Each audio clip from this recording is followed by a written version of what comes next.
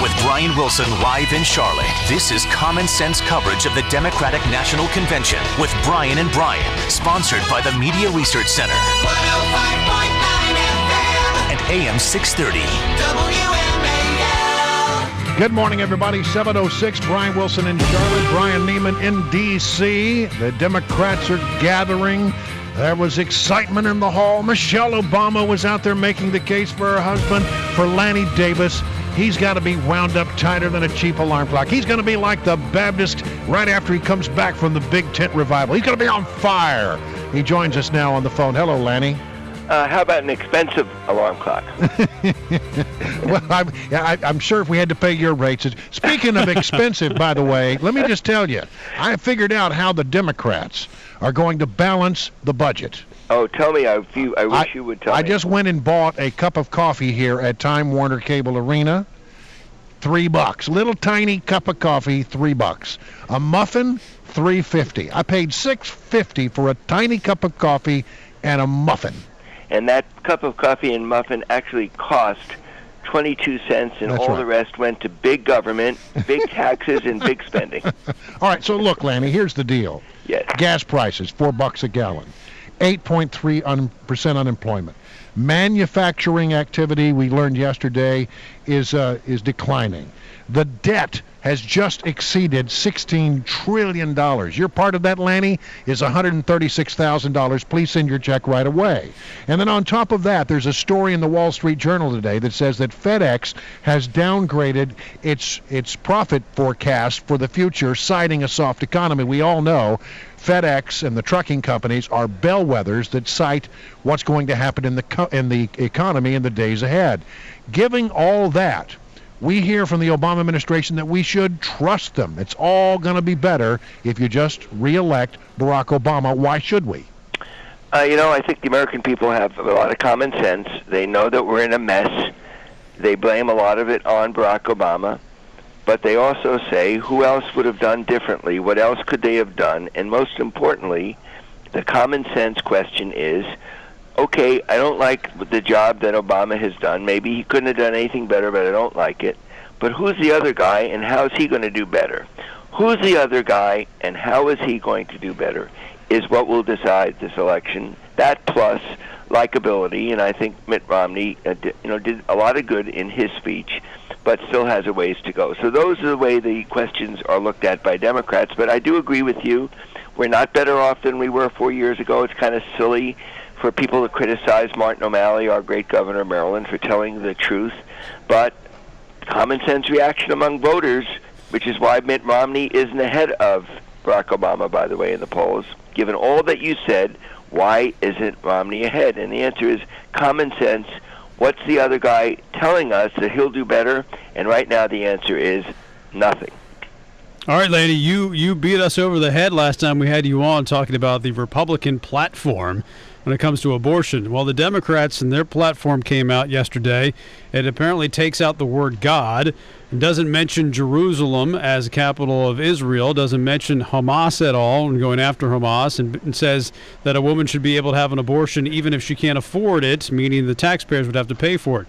Will you repudiate any of those items that are in the Democratic platform this morning? Every one of them should be repudiated, other than poor women shouldn't be treated differently than wealthy women and should be allowed to have abortions. And who should pay for those abortions? The taxpayers should pay for those Really? abortions. Wow. That's a reasonable debate among people who have religious beliefs I respect, who oppose abortion even for rape and incest. Mm-hmm. A poor woman who is raped has to have that child because she can't afford to have an abortion. There's something wrong in America. But on God being removed, it is an absolute disgrace, embarrassing.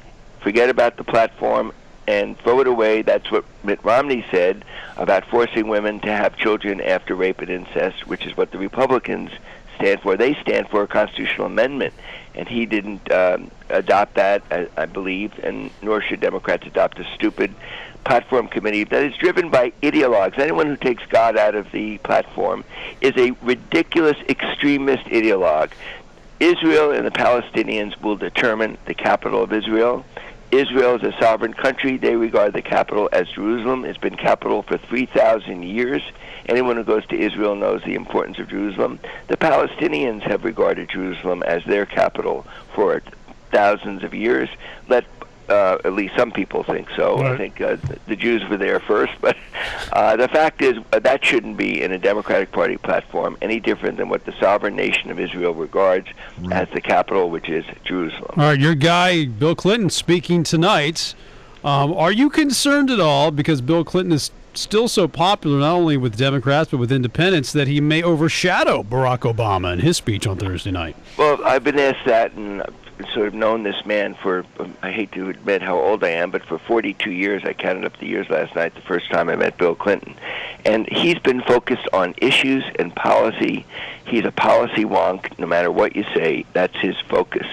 He won't overshadow Barack Obama because he's going to articulate. I haven't talked to him, haven't read the speech, but it's pretty predictable. Well, hold it just a second. Nobody's read the speech, apparently. Well, I don't You see some stories out there that say the Democrats have not been shown a final draft as yet. Could be a Clint Eastwood moment tonight. It could be. Let me remind you that when President Clinton was president for 8 years, on his way up to the Capitol for the State of the Union speech, people still hadn't read the final draft of that speech. So I'm sure so that's no different. The Obama campaign is familiar with what he's going to say. I'll tell you one thing. Let's break some news this morning. He will not, repeat, not talk to an empty chair. Okay. Fair enough.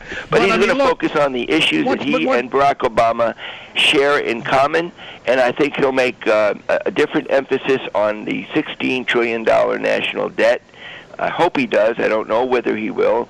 And I hope he'll talk about Simpson Bowles, his chief of staff, Erskine Bowles, and that deficit reduction commission should be endorsed by Barack Obama in his acceptance speech, or at least something close to it. All right, but you've got Bill Clinton with 63% approval ratings and Barack Obama's, somewhere like 46% approval ratings. You have Michelle Obama last night, who is a lot more popular than her husband. That's not unusual in the world of politics, but she's more popular. And then the last night, we have Barack Obama. Are these two popular politicians in Democratic circles going to be enough? Well, first of all, you have in Barack Obama one of the great speech makers of all time. I mean, he's up there next to probably the greatest one of all time. So this is the Super Bowl speech of all time that you'll see from Bill Clinton. We know we always get that.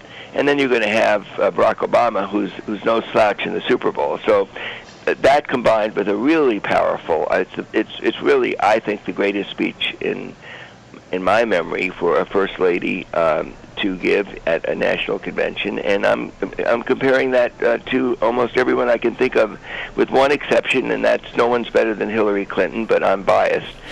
She did a great job last night, and so the Democrats have taken a bad hand and made the best argument possible. So of all people who've been asked the question, I'm pretty direct and pretty honest about this.